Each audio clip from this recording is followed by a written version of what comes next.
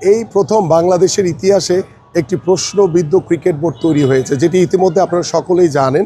সেই ক্রিকেট বোর্ডে আমাদের যে সাবেক যে অনভিজ্ঞ ক্রীড়া উপদেষ্টা, তিনি তার স্বেচ্ছাচারিতার মাধ্যমে এই ক্রিকেট বোর্ড তৈরি করে ক্রিকেট বোর্ডকে কলঙ্কিত করেছেন এবং আমার ক্রিকেটকে ক্ষতিগ্রস্ত করেছেন। এবং এইটার পিছনে যারাই জড়িত থাকুক না কেন, ভবিষ্যতে নির্বাচনের পরে আল্লাহ যদি আমাদেরকে কবুল করে, এগুলোর সুষ্ঠু তদন্তের মাধ্যমে আমরা তাদেরকে আইনের আওতায় এনে তাদেরকে অবশ্যই তাদের বিরুদ্ধে ব্যবস্থা নিতে হবে। কারণ কারো ব্যক্তিগত স্বার্থের জন্য আমার ক্রিকেট ক্ষতিগ্রস্ত হতে পারে না, আমার দেশ ক্ষতিগ্রস্ত হতে পারে না।